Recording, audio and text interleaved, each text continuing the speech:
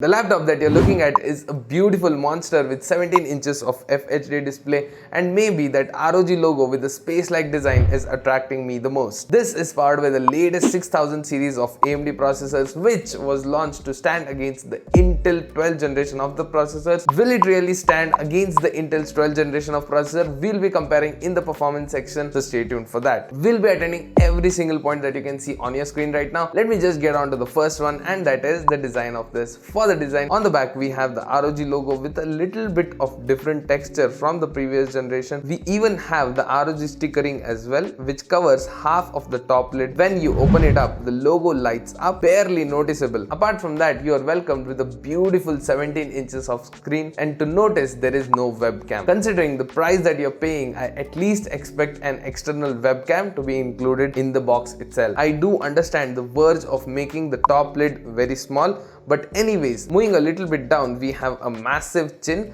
which is a signature design of the ROG logo itself. Speaking about the keyboard, it is full size with the numpad, good amount of key travel, sufficient spacing, and satisfactory to type on. That's everything that you need to know about the design of this laptop. Let me just get on to the next one, and that is the build quality of this.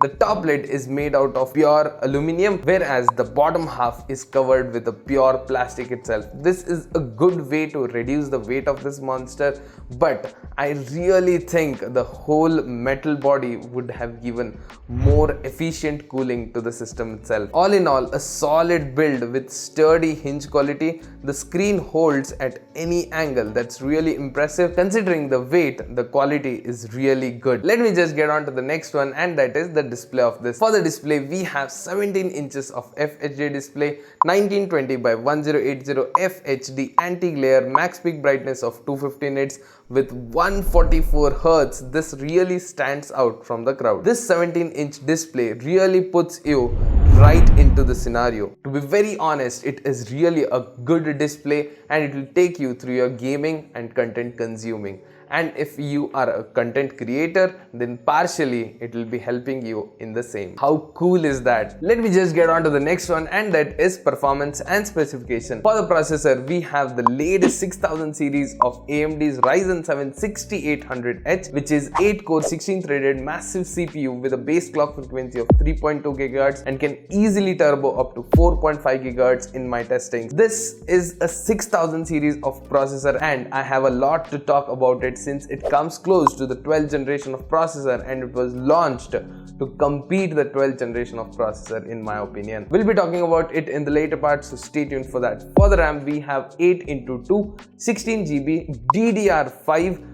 4800 MHz. That is really beautiful. For the graphic card, we have NVIDIA RTX3050, which is a 95 watt TGP, which is really good. If I had a 95 watt 3050 Ti, it would act like a cherry on the cake. I would really appreciate. No issues, we will be testing this GPU in the gaming section itself, so stay tuned for that. When it comes to real world performance, it is good when compared to the previous generation of the AMD processors in terms of power efficiency and performance and whatnot. But at least it do not beat the 12th generation of the processor, because Intel has set the higher benchmark. Even the i7 12th generation has 14 cores, whereas 6800H has 8 of them. Again, the point is it won't beat the 12th generation of the processor, and that is really painful. Apart from that, it do not have any thermal throttling, but obviously with the adapter it is really powerful and will give some great results as well. That's everything that you need to know about the performance and specifications. Let me just get on to the next one, and that is the gaming section of this. Coming to some of the game tests, I did test the Cyberpunk 2077.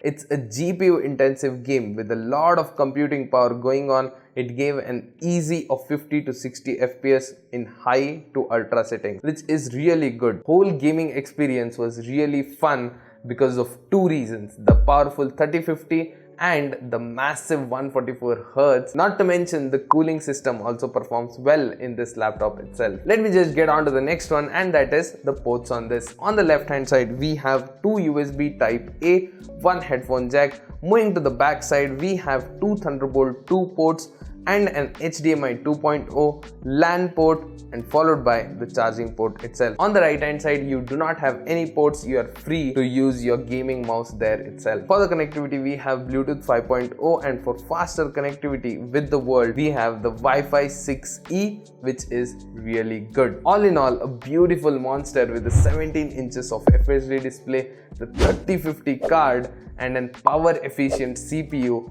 not to mention the good cooling system of this monster itself. And did I forget to mention that the space gray is still impressing me? All the buying links are in the description. Please do go ahead, check that as well, and do hit the subscribe button and join the family right away. This is Abhishek Gargad signing off. Catch you in the next one.